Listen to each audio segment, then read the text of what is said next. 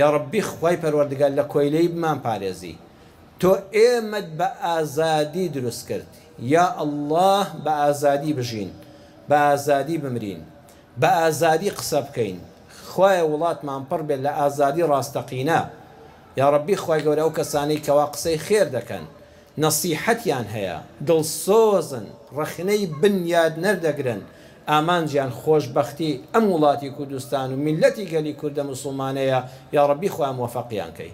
یا ڕەبی خوا ماستاوچیەکان کۆیلەکان بەرژەوەندی خوازەکان دەمیان داخەی پۆست و پلەیان لە ژێر دەستا دەرێنی یا ڕەبی خوایە بەخوێنەوە مەشغوڵیان کەی هیچ کە نەبنەمایی نامبڕینی خەڵکی